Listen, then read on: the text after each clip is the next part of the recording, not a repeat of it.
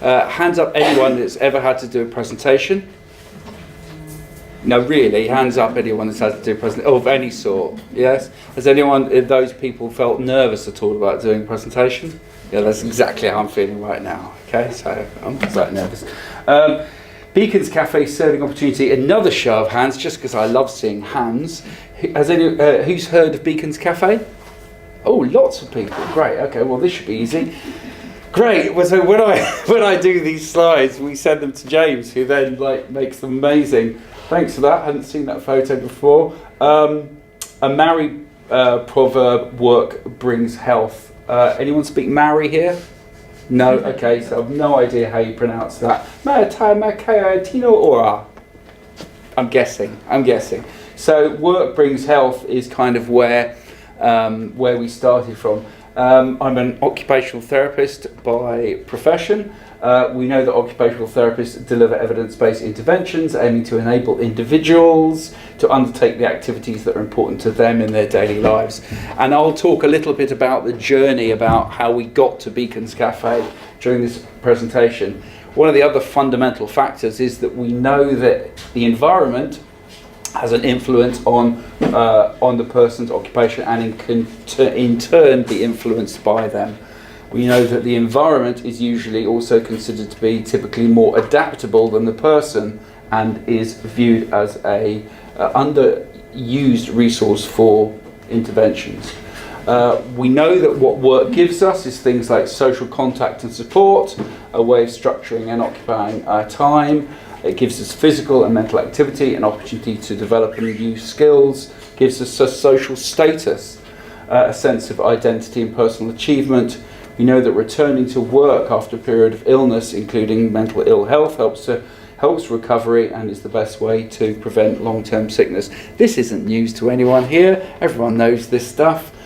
Studies show that work is generally good for health, as well as a financial reward. It gives us a sense of self-esteem, companionship and status. It's interesting, when Employment and Social Security revamped their medical certificates, there was a bit in the box there that GPs could sign that somebody can go back to work with adjusted duties and things like that. It's not just you're off work. So a change is going to come. The Cattle Hospital was the home for adult mental health services. It was built in 1751. If anyone's unfamiliar with the Cattle Hospital site, if you want to have a drive past it right now, it looks even more scary than it did then. It was often described as quite an imposing, crumbling maze of corridors. It was quite a frightening place for people to be. The day centre, where I first came to work 12 years ago, was at the back of it. It sat alone with its asbestos roof, and it was somewhat separate.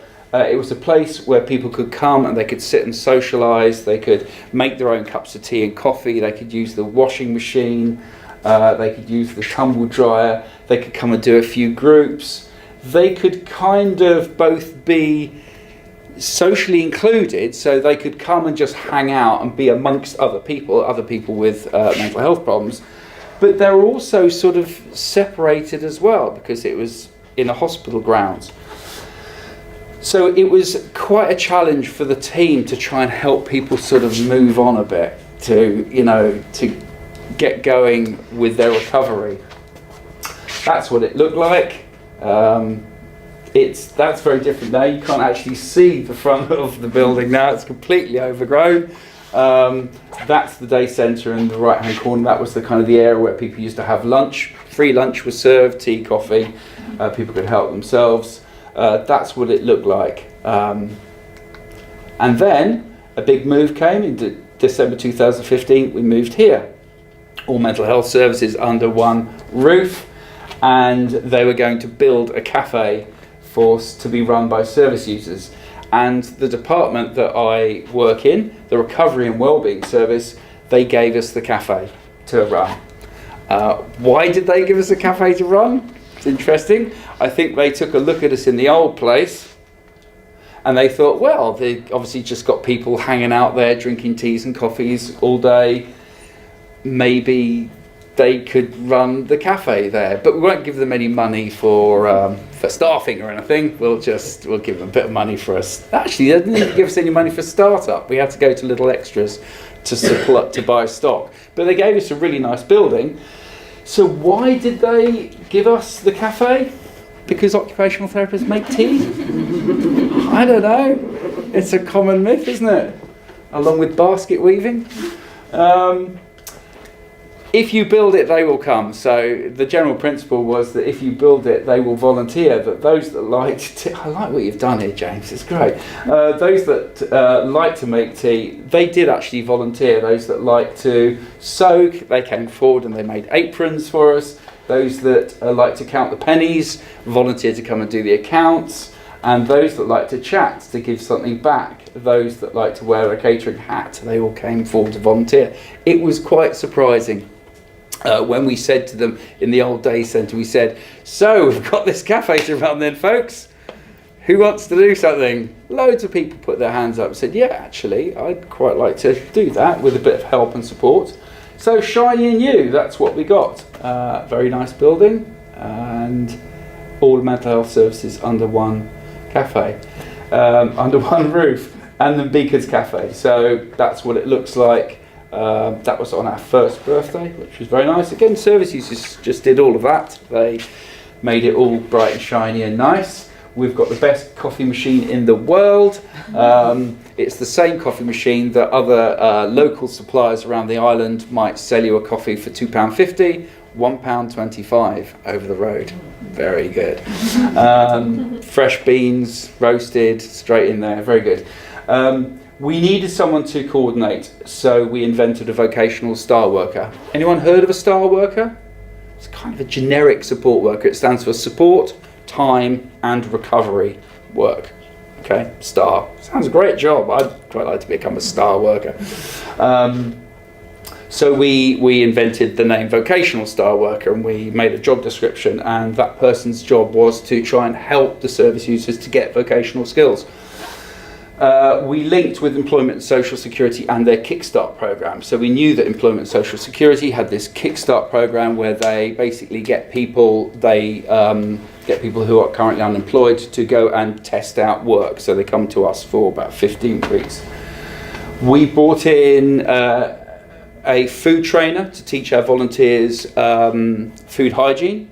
Level 1, we made links with the prison who supplied our sandwiches. We had to tackle a bit of prejudice there. It was a very interesting meeting with some people that are no longer with the organisation, but I won't name them because that's not nice. We said, it's really good. The prison have offered to make sandwiches for us to sell in the mental health unit. And they said, you can't do that. They'll be smuggling drugs in the sandwiches. Because, you know, everyone in prison, they all take drugs, don't they? And of course, every people with mental health problems, they all take drugs. They'll smuggle drugs in. I thought, really? How would that even work logistically? If it's adding MDMA powder or something into an egg and cress sandwich and then making sure that it gets to such a... Very odd, but that was the kind of prejudice that we had to kind of get over. And like I said, we bought the best coffee machine in the world. What keeps it cooking? What keeps it going? Well, all the tip money. When we said to the volunteers, we have regular volunteer meetings. We have a tip jar thing there that people very kindly put tips in. We said to the volunteers, what do you want to do with this tip? Maybe we could buy some cakes for you all, or maybe we could buy some fruit, or maybe we could take you all out for Christmas dinner or something. He said, no, let's give it to charity. So they offered to give it to a charity. Every 3 or 4 months, I think the last donation we made was about £250. Yeah. So they choose which charities that they give it back to. Little Extras has been a recipient. We do, part of what we do is person-centred care planning. So some of the people who volunteer in the cafe are just average Joe members of the public.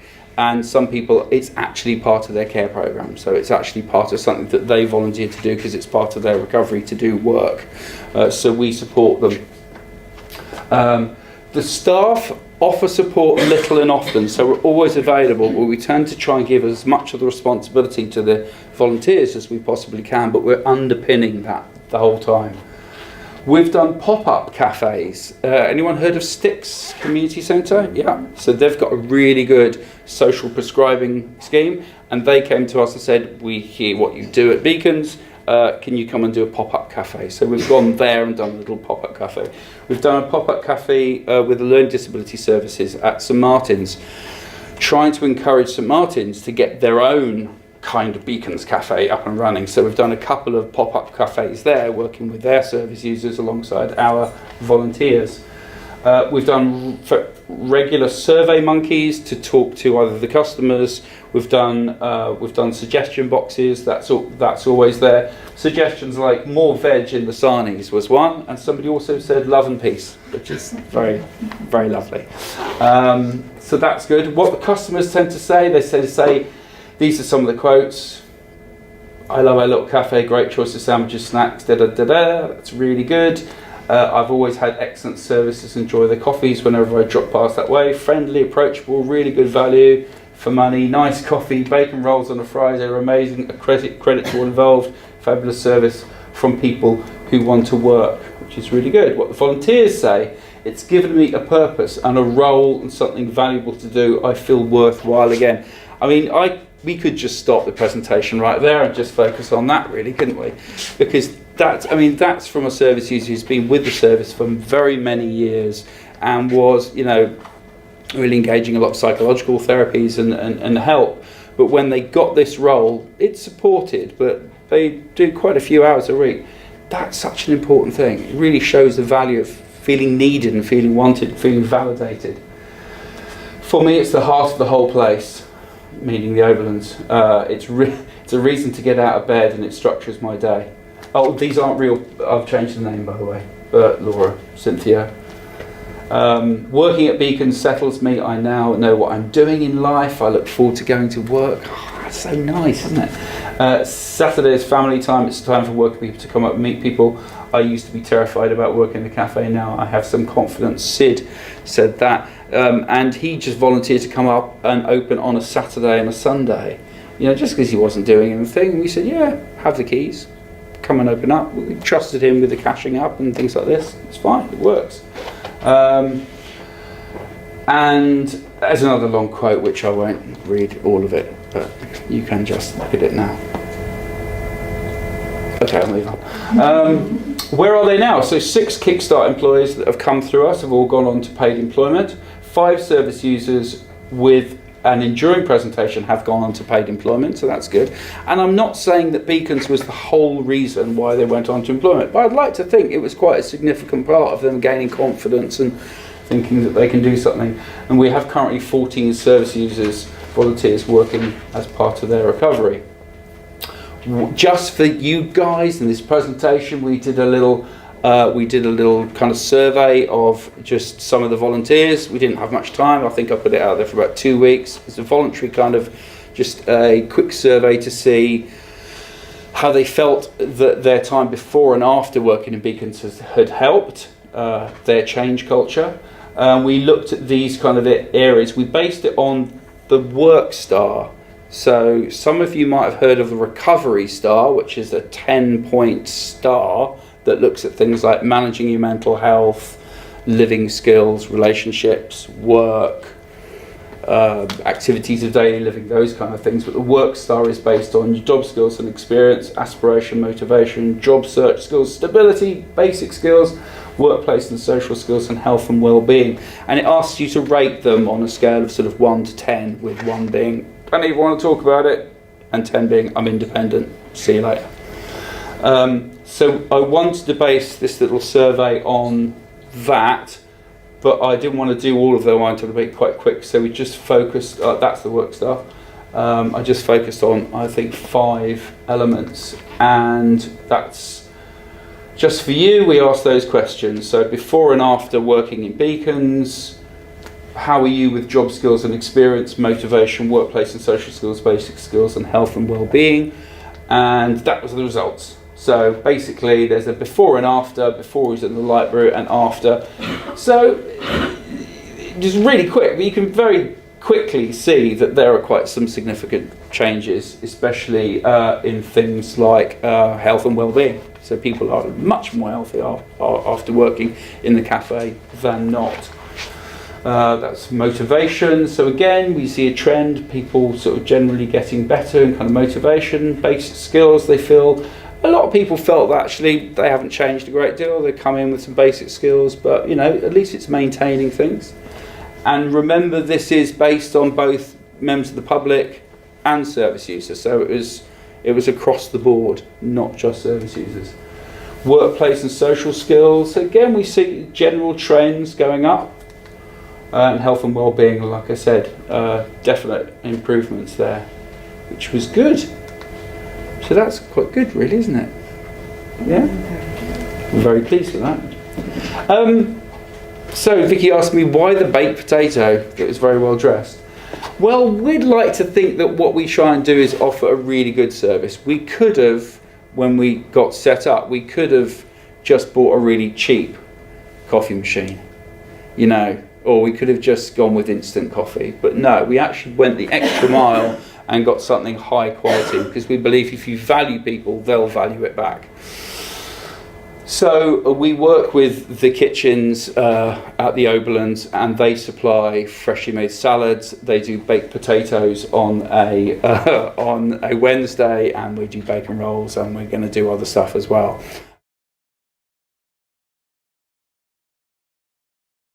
Right, I'm Debbie Pittman. I'm the service manager for Child Health, and going to tell you about the MESH, which is a maternal. It is a bit mouthful, isn't it? Maternal Early Childhood Sustained Home Visiting Programme, or the MESH. Just a little bit of history about it. For quite a long time, we have done an intensive health visiting programme for our most vulnerable mums and dads, and we've been able to offer that programme to just 25 families over a 2-year period, which is not a lot. Rachel Copeland and I started that in 2008 when we won the insurance bursary, and I always used to say we could do with another 4 Rachels. How are we going to manage that, but without taking them out of the general health visiting caseload, because then we wouldn't have been able to offer the universal service that we do offer. And kept having a look to see what was around, and came across the MESH, which is an Australian programme, and that was kind of different from our GPP, our intensive programme, in that it was enmeshed, hence why they have the MESH bit, enmeshed within the health visiting programme. So rather than have one health visitor who saw the most vulnerable families, every health visitor within these, within an area, had a certain percentage of their caseload who they offered this programme to. And when I had a look at this, they do it in Jersey, and I was invited over to go and to go and see what they did. And it was a bit of a light bulb moment, like, yes, we can do this here. Vicky will explain a little bit more how we managed to do it. But it meant that instead of offering this programme to 25 families over a 2-year period, we could offer a similar programme to about 120, 150 families. Hence, we've got the 4 more Rachels that I really wanted to have. So the MESH, it's a structured programme of sustained frequent home visiting by health visitors to some of our most vulnerable families. It draws on the best evidence.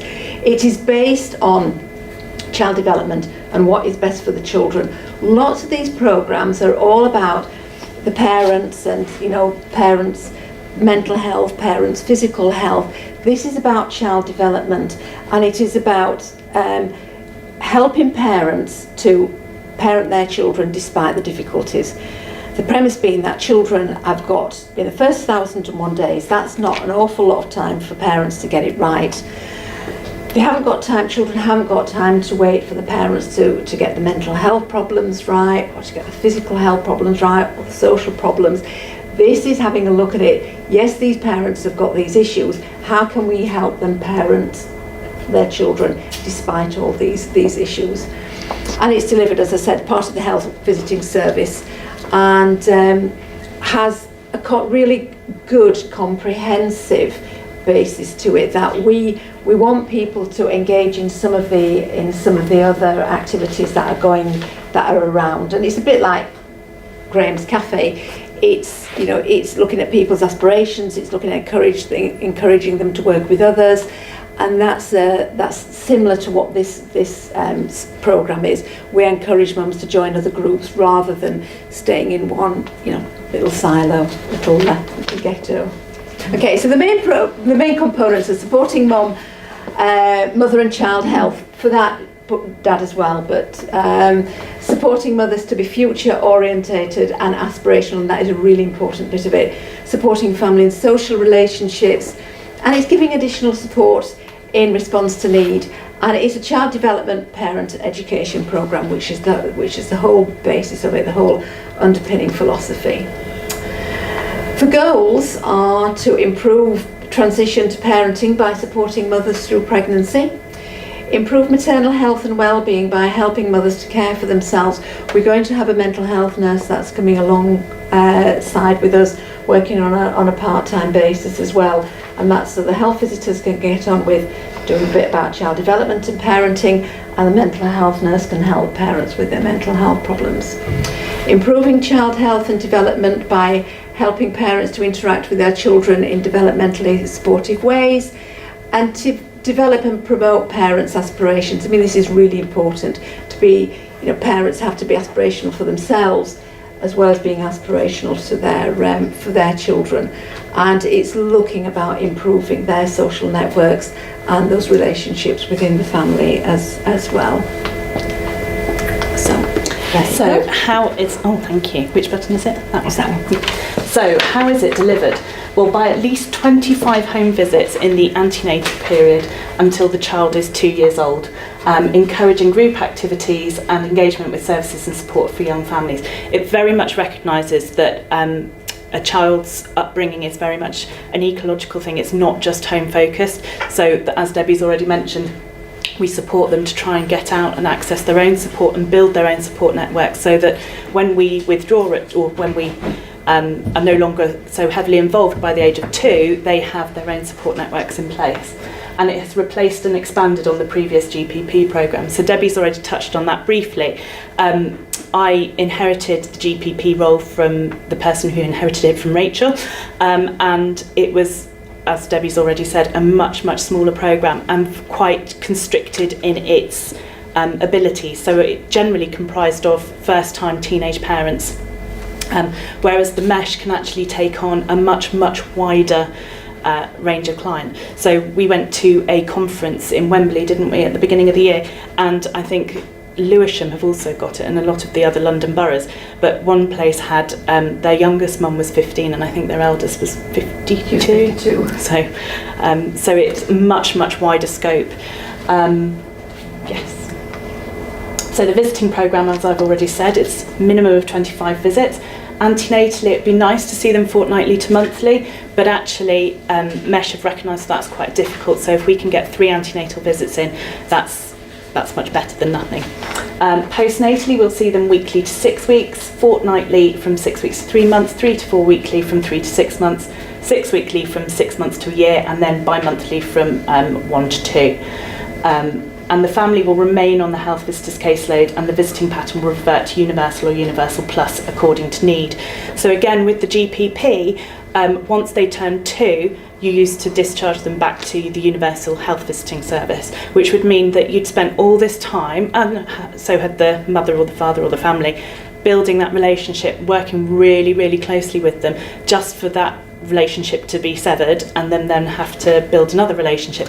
And more often than not, what you found was that they didn't, that they withdrew from services, and therefore it wasn't really reaching who we wanted it to reach anymore.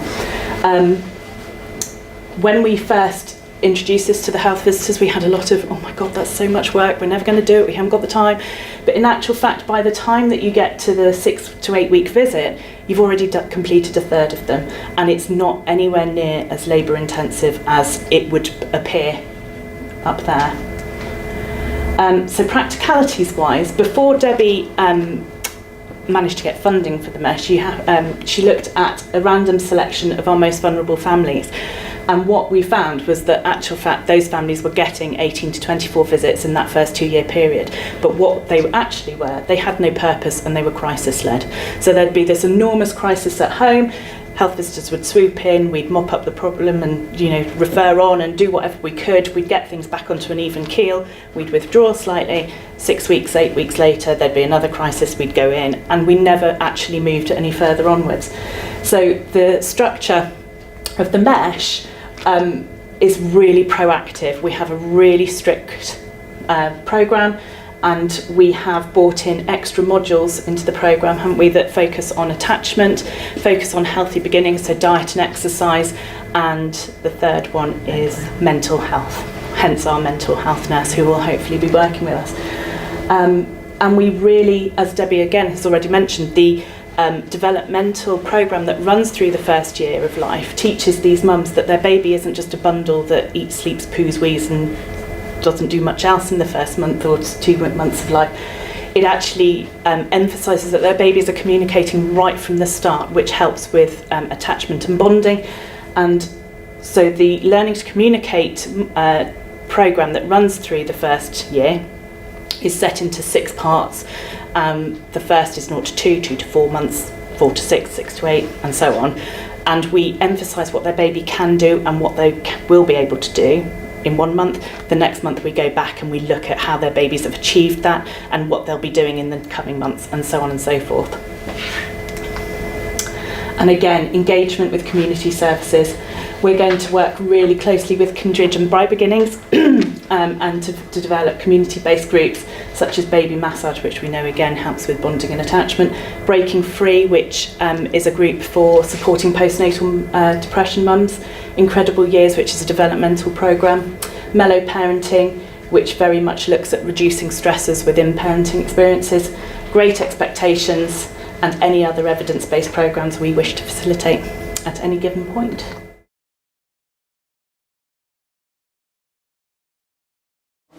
Okay, thank you. Hi everyone, I'm Sharon, I'm a breast care nurse in the PH and I'm also the SRO for Principal 1. And I hope I'm as nervous as Graham doing this presentation because he done really well, so hopefully I'll do as good as him. So the role of Principal 1, just a sort of overview, is to promote and support a culture of courage and compassion. We will show empathy, respect and dignity to all those we come in contact with and have the courage to speak up when we have any concerns. Have the personal strength and vision to innovate and to embrace new ways of working, and we feel all staff should work in a safe and caring environment, recognise and celebrate good work with nursing and midwifery care across the bailiwick. And just looking at that, it should probably encompasses everything, allied health professionals and all of the health professionals that are employed by HSC. And we thought we would do this presentation as Courage and Compassion links very closely with a safe environment and safer every day within HSC. So what happens when we sort of see if you don't have sort of compassion and courage within an organisation is that we suffer from stress. It's harmful to individuals' psychological and physical health. It can impact negatively on compassion within the workplace, and that's to colleagues and service users. It eventually leads to burnout, physical and mental exhaustion and cynicism.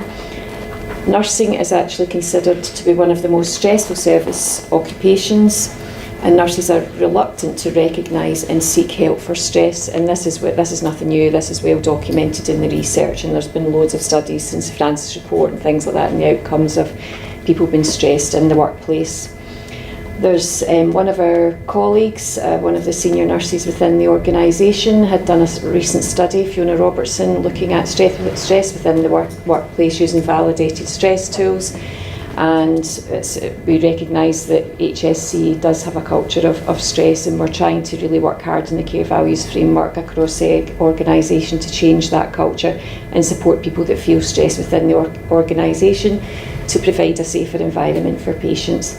So we looked at the organisational impact of stress in staff within the workplace. Complaints go up, standards go down, absences increase, it creates a bullying culture, and we know from all the evidence that retention and morale is low, and retaining staff is difficult as well within Guernsey. So the recommendation from Fiona's study was HSC to embed a healthy workforce culture within the services that encourage staff to access stress reduction support systems.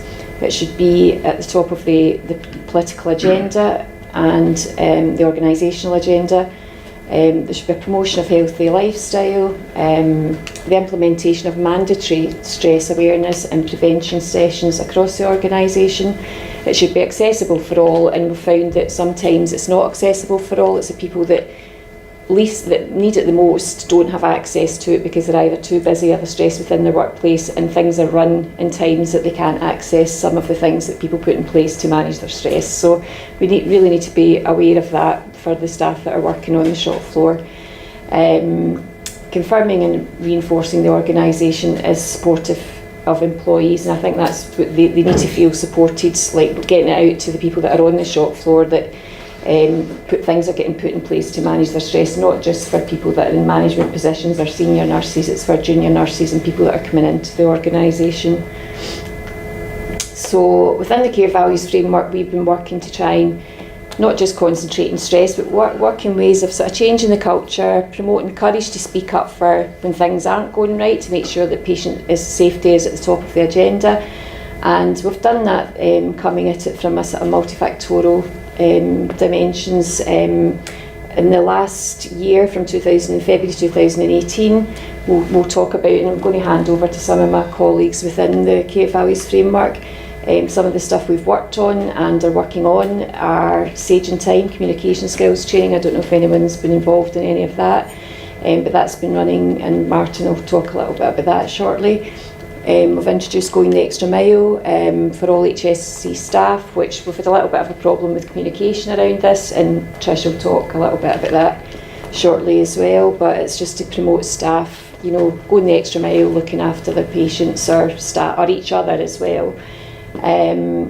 Next year we'll be working on, this year into next year, we'll be working on Schwartz Centre rounds, which are multidisciplinary teams coming together across the organisation, all professions across the organisation, to discuss emotional and the social impact of dealing with patients and the issues that may raise, and it helps us understand each other as well, and each other's areas and what challenges we face within the organisation.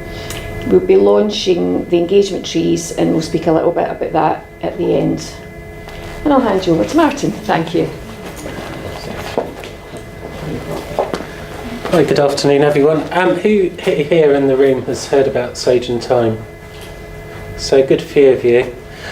Sage and Time, I'm really enthusiastic about it because I've used it in my working role and found it very helpful. It's a model which is based on a lot of evidence from NICE, which is a Centre for Excellence in Health and Social Care, and it was developed by the University Hospital of South Manchester's Academy. And they came over at the end of last year and gave a number of staff some training on how to deliver the workshops, and we have to be licensed facilitators to be able to give those workshops. So what does Sage and Time consist of? It consists of group work, lecture and role play. It's very, very interactive. And for any budding thespians out there, you'll enjoy the role play. And what we do is we demonstrate the Sage and Time model, which I'll show you very shortly. We have up to 30 participants in each of those sessions. And we have 3 licensed facilitators, 1 to lead the session and 2 to help with role play and some of the sort of study groups.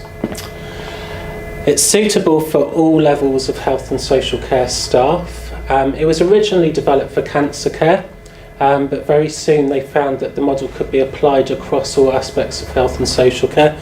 And I'd go beyond that and actually say it could be used in a lot of customer care environment, so it works hand in hand with things like the customer charter from the States of Guernsey as well as the Care Values Framework.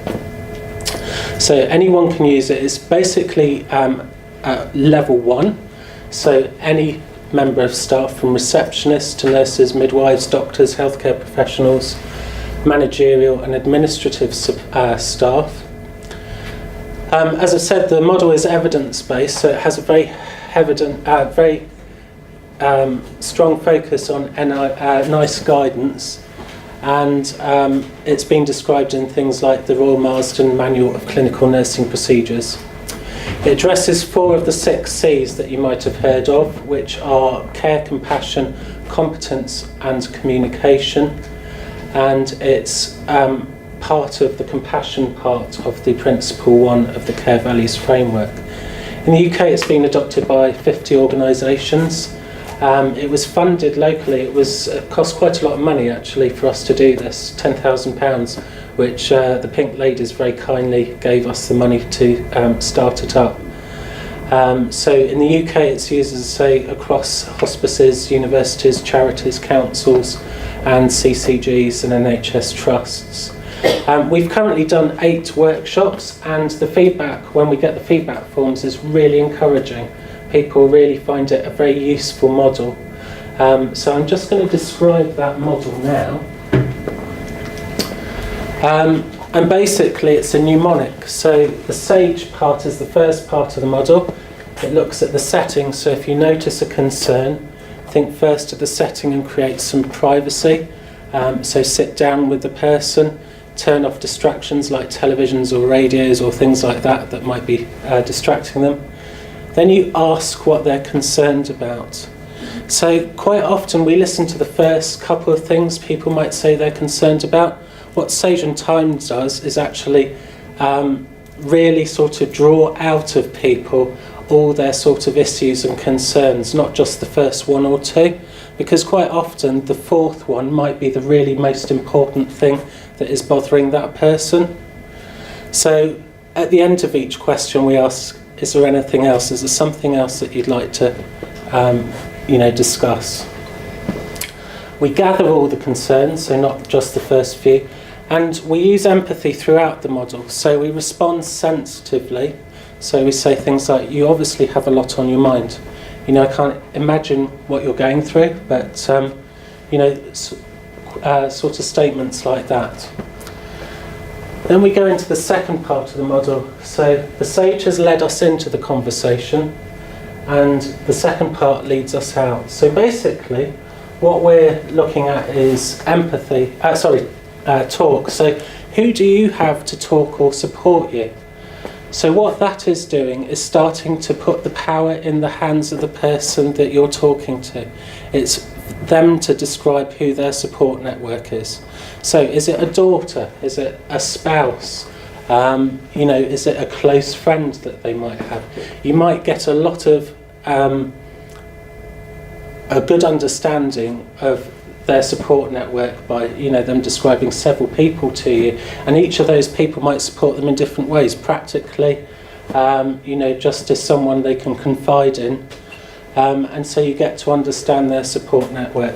Then you ask them, how do they help? So that's the H in the time. And then you ask, what do you think would help? So it's not me saying, how can I help you?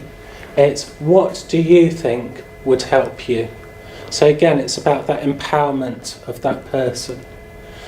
And then we ask the question, is there anything you'd like me to do? So it might be that they want me to arrange a meeting with, a doctor or something like that. But that comes towards the end. The focus on the me is right at the end. And then we summarise and close. Can we leave it there? What we might do is take notes during that conversation to help guide us through that whole conversation and make sure we haven't missed anything. Everyone gets a little card as well as a pack, so it's a handy sort of wallet-sized card. You might find that it's something you can use on the phone as well as face-to-face.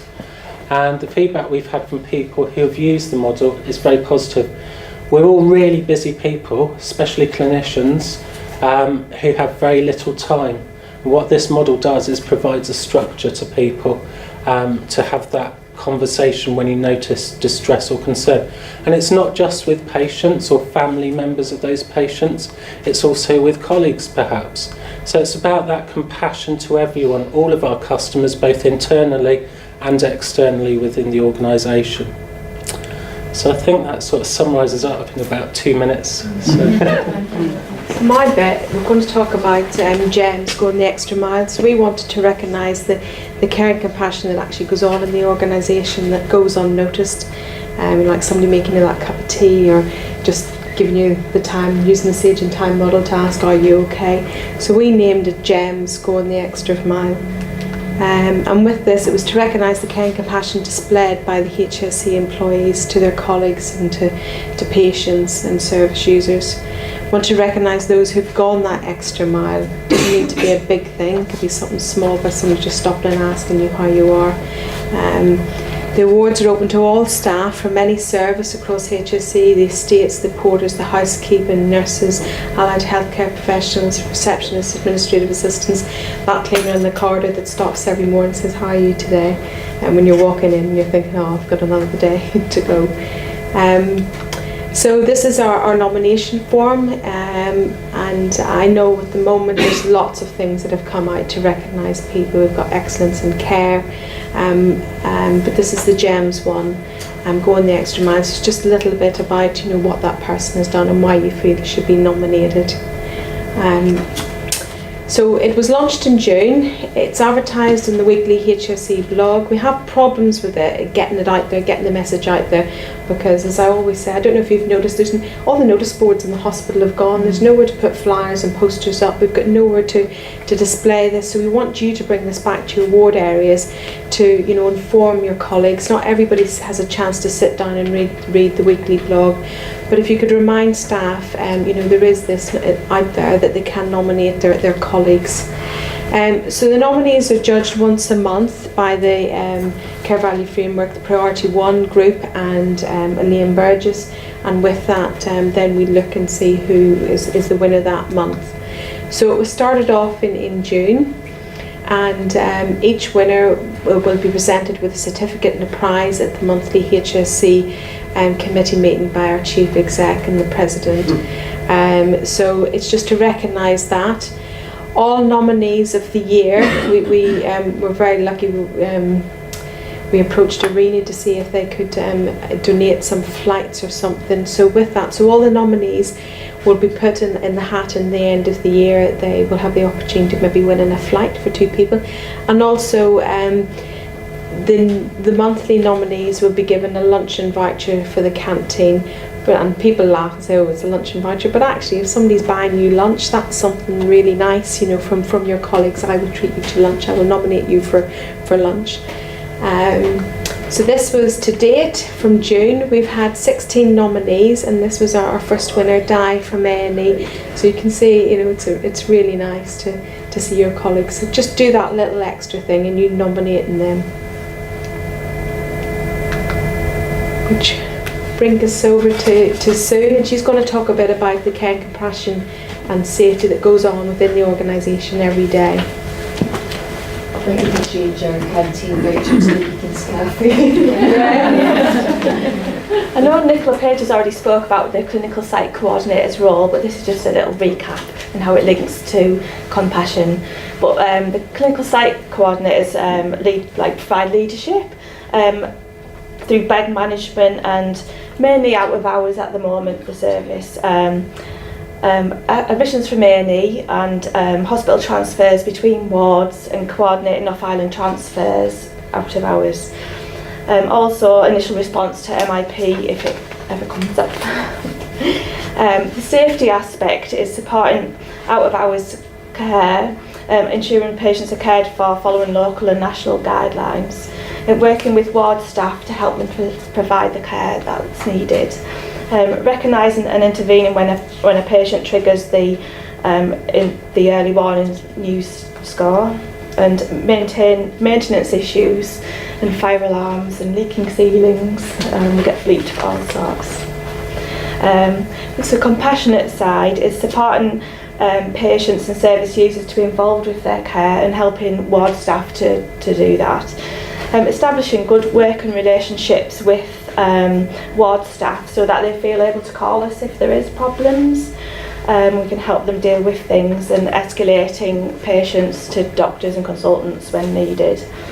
And supporting colleagues with revalidation and helping them learn, and supporting them in their clinical environment and with clinical supervision.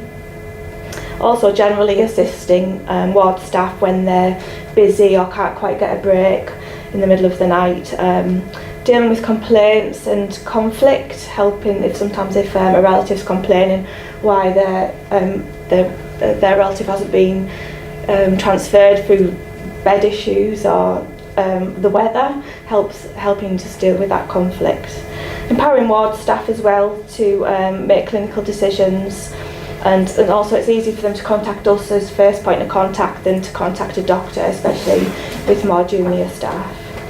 We also provide verification of expected death, and I've been doing the flu link nurse role, so I've managed to do the flu vaccine to ward staff out of hours, so it's been easy for them to access that vaccine. And also I'll talk about the community health and wellbeing. My colleague hasn't managed to get here today, but in the community they've got a Community Falls bundle, they've introduced SCAPE, wound care clinic, and they've introduced a safety thermometer as well, so it's extended from the hospitals into the community environment. And maternity services. So within the care bundle, I was just going to talk about what happens in maternity services. So the Royal College of Midwives designed a campaign that was launched all across the UK. So 100 hospitals signed up initially.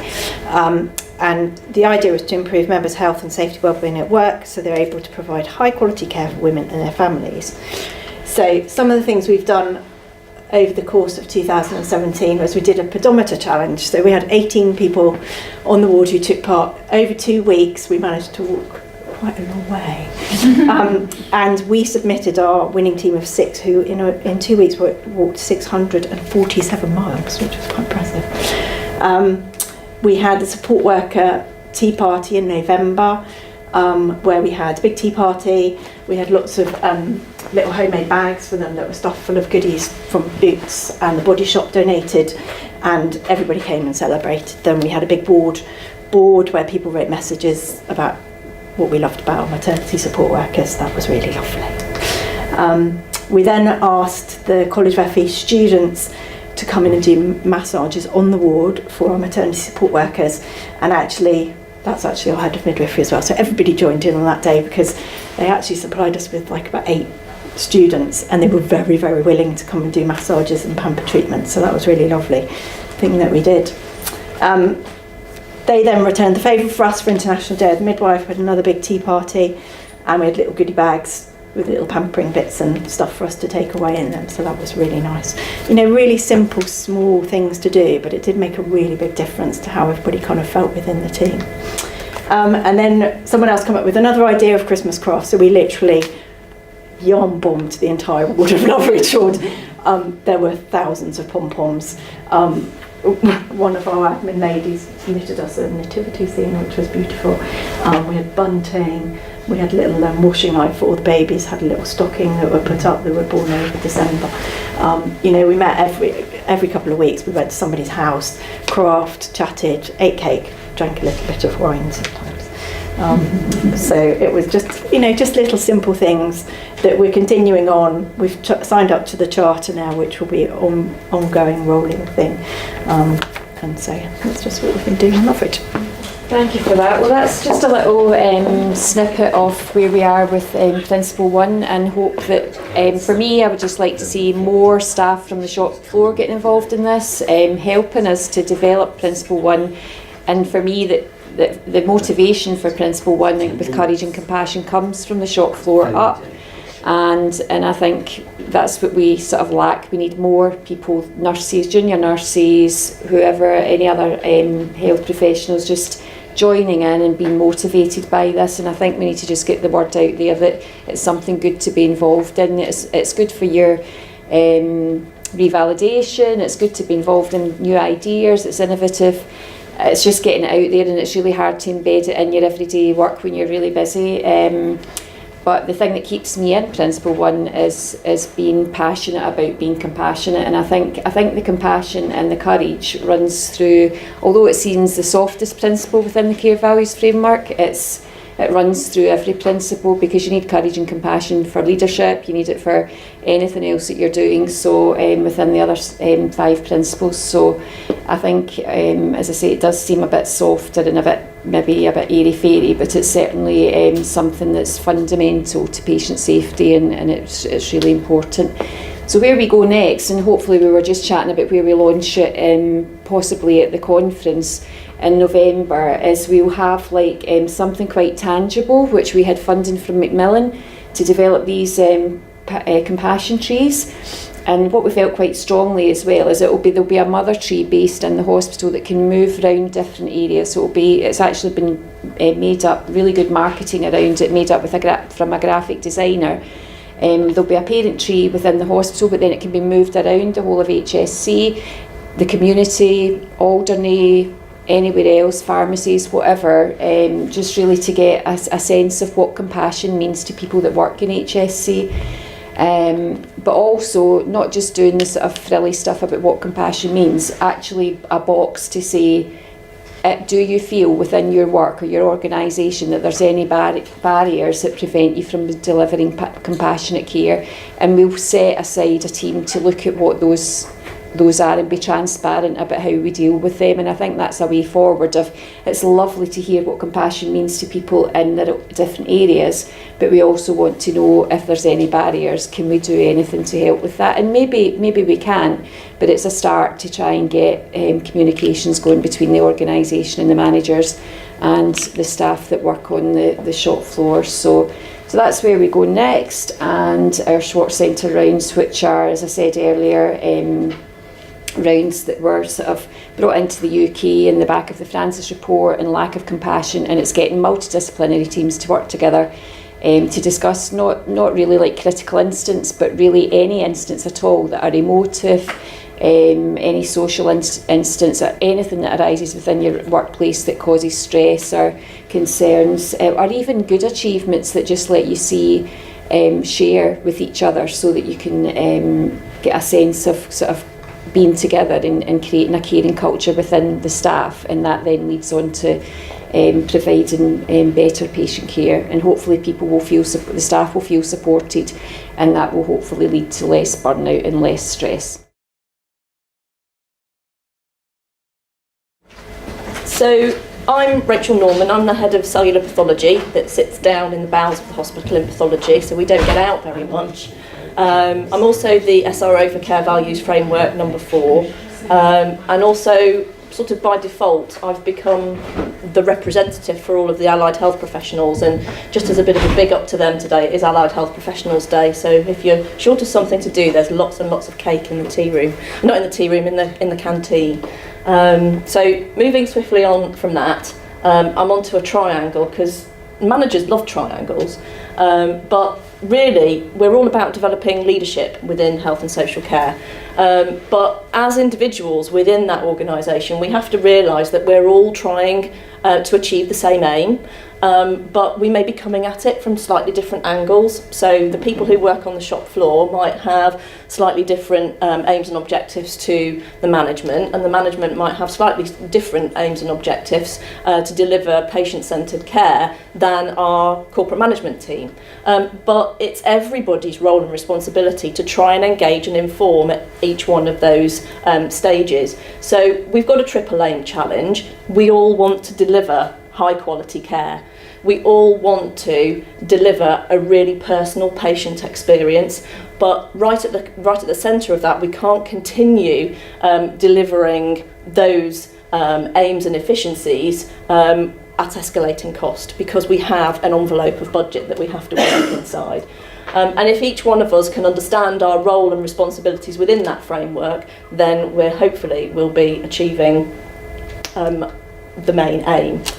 So we're huge. Health and social care is huge. How on earth are we going to develop leadership at all levels when we're split across all of these areas. And really the key aim is that we all have to appreciate each other's roles and responsibilities in delivering high quality care, efficient care, and understanding each other's processes. And this is just an example. You know, we have 13 allied health professionals, we have lots and lots of medical and surgical wards, we have community care, we have midwifery, we have children's services, we have mental health. You know, we've had a range of people presenting today. So how do we get all of that working together smoothly across such a wide and diverse set of services? And that's what we're trying to do within Care Values 4, is who do we ask for to deliver our aims? Who are we asking as health and social care professionals? Who is it that we turn to deliver our aims? Well, I'm looking at you guys and I'm saying you, because you are our core workforce. You're all experts in your own right, you're all experts in your own field. So why am I asking you to deliver that care? Well, or deliver that aim? Well, presumably you love what you do because you trained and you're continuing to train, you do all that CPD that we ask us to do. The world needs it. Patients, service users, they need our input to help them. To be quite frank, we're all paid for it, which is kind of a necessity, really. You're all really good at it. You must be, because you're still in the profession. We're passionate, we're professionals, we have a vocation. So right there in the centre, where we all cross over, is that is our purpose. Now, I'm not going to lie to you, it hasn't always been an easy road at Health and Social Care. I've been here, I don't know if lots of you have been here as long as I have, some of you may have been here longer. I've been here 23 years, and I have honestly seen the good, the bad, the ugly and the even uglier. So it isn't always easy to try and develop leadership across all areas, or even deliver change. And I don't know how many people can actually identify with some of the things that you can see here. It's just the way it is. Well, you know, that's a fairly negative comment. You don't know the intrinsic and extrinsic motivators. I'm not sure I do either. I'm not even sure what that means. Do you know what that means? Someone's just swallowed a leadership manual. You don't acknowledge even the smallest of achievements. So there's a lot of negativity, or there has been a lot of negativity. So one of my colleagues in the Care Values Framework 4 asked, how do we inspire leaders in a negative culture? And the answer to that is that we have to start thinking about a values-based approach to change leadership and management. And the organisational culture comes from understanding what our values actually are. And if we engage in that right from the very beginning, then it means that as leaders in each of our individual fields, we can encourage those people who are working with us to be able to demonstrate those values and to be able to use those values to implement some of the changes that are needed in different areas of work. So what we're trying to do in Care Values 4, I'm the right one. In Care Values 4 is we're trying to get people across all areas to look at the 6 C's that the other priorities have talked about as well, and think about what those values within the 6 C's actually mean to us. And James very kindly developed this template for us to look like the Care Values Framework. And actually, we have got some really, really great feedback from you as professionals as to what the 6 C's mean to each one of you in each of your different areas. Because let's be fair, and I go back to those cogs and that diagram right at the beginning, we're all different. So compassion is going to mean something different in maternity services than it is in pathology. And so what we did as part of our work in Priority 4 for, we went out and we asked you all what things meant to you, what values you had in your areas of work and what they meant to you. And I actually think that some of those are really quite deep and meaningful. And actually these are the building blocks of where we're going to go in the future, because as we develop what these mean to each and every one of us, we can start focusing on them individually, as Sharon was speaking about her care and compassion work. And we can start building a better community of healthcare professionals who rely on each other and know who to go to for whatever their service user needs may be. So, because we're trying to empower staff and we're trying to deliver better services through engaging with staff at all levels, we're actually looking at some of the work that Vicky has been trying to deliver through the PDSA cycles, through the plan, do, check and act. And that's what the care, this is what Safer Every Day is all about. And when you start thinking about it, you can start piecing the pieces of the jigsaw puzzle together, because the care values framework is one set of work, the Safer Everyday work is another set of work. Each one of the priorities, they're all looking at their outcomes for each of the individual things that they're trying to do. But when you actually really scrutinise it, all the pieces of the jigsaw puzzle start to come together. And actually what we're trying to do in Care Values is to try and get people of all levels to look at where they can make improvements in their own areas. That doesn't mean you have to be a manager. That could mean that anybody in your team comes to you with a really good idea, and actually, what are the tools that we need in order to be able to get that idea into a reality? And in that way, we engage with all of our members of staff so that they feel empowered to be able to deliver some of those changes. And actually, these are some of the things that we have actually done already. Preventing hospital admissions, that's something that maybe our teams in pathology are looking at doing, because we're implementing much wider reaching screening programmes so that people don't come into hospital as much as they needed to do. Reducing hospital acquired infections. We've talked about sepsis bundle, well we haven't talked about sepsis bundles, but we've talked about care packages. Reducing falls, the falls bundles, and how actually we can get our occupational therapy team working in close alignment with the paramedics, who are increasingly being called out to falls in the community. So it's all about, creating those interlinks and knowing who to direct to what particular area in order to make that change happen. So again, we're looking in the future to be supporting some of these pillars of the transformation programme through supporting prevention of ill health, reducing people staying longer in hospital. Now, I talked just a minute ago about the tools of the trade, and one of the things that we're trying to do in the Priority 4 is to make it very accessible for people to understand what courses they can go on to help equip them with the tools that they need to be able to participate in some of this work. And this is literally a whole load of programmes that are available free of charge through the States of Guernsey, and lots of people feel that they get promoted to an area where they haven't actually got the skills that they need to do the work that is now necessary. So how many people know how to write a business case? They might have been promoted from a band 7 to a band 8, and all of a sudden someone's asking them to write a business case for a whole load of new beds. Have you done that before? So it's about making sure that we identify the right skills and make sure that we put the right framework around staff so that they have the knowledge and skills to be able to achieve in those new areas that they're being asked to move on to.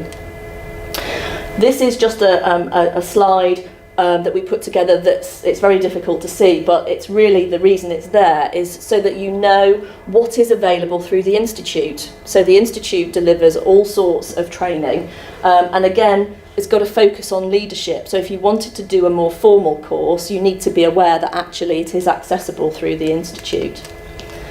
And what's in the pipeline for us? So we're looking at quality improvement skills training, and that's like a kind of sheep dip for everybody, whereby you have an online training course, and you get a certificate at the end of it, but it basically goes through the fundamentals of quality improvement, so that each and every person who comes into the organisation has a basic grounding in the fundamentals of what QI is all about. Work experience, we're looking at developing a work experience week for health and social care, so that we can look at clinical pathways across each different area, and that we can encourage kids at GCSE level so that they can come in and see what each different type of work is associated with mental health, with occupational therapy, with nursing, with midwifery, with community nursing, so that they've got an idea about what they want to and what's available in the future. We've done an awful lot of work, Batman and Robin, over implementing a new appraisal system.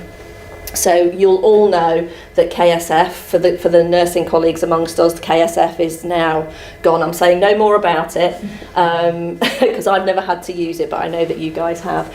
But KSF has gone and has been replaced by PIP, which is the States of Guernsey framework. But we did a lot of work on making the PIP suitable for all health and social care employees, so that it wasn't so corporate, because everybody looked at it and goes, well, what's this? You know, this has got nothing to do with me. I'm a nurse. But then once we turned it on its head and we actually made people understand that actually a lot of those things, like, you know, achieving good commercial outcomes, could be something associated with reducing the amount of stay in the hospital ward. You know, you've contributed to a good commercial outcome. It was just sort of thinking about things slightly differently.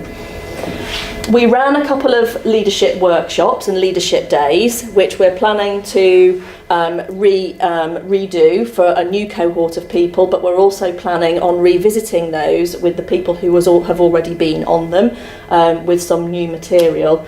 And also we're looking at delivering some human factors and patient safety training to extend the work that Vicky Ogden's been doing in theatres. And I think that pretty much wraps it up for us. Oh yeah, this was me. And it was all about leadership and how do we encourage people to keep going. And good leaders, I don't know whether they're born or not, but this guy, he's been dead a long, long time. But Australia Zoo still use this man in all of their marketing, because he was such a good leader that you don't have to, you know, just be on the face of it now. He's still leading from beyond. And has that been photoshopped? Hey? Has that been photoshopped? No, that's me in Australia. Were you really there? I was there.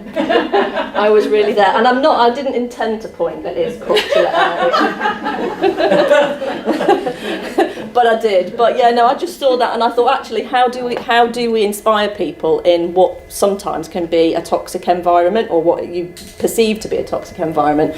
And actually, you've just got to keep the feeling. You do. That's, you know, you just got to keep going because of what you are. Which is, you know, you are those professionals, you are the people right at the heart of healthcare, you are the people who are the experts in your field, and sometimes you just have to keep plugging away.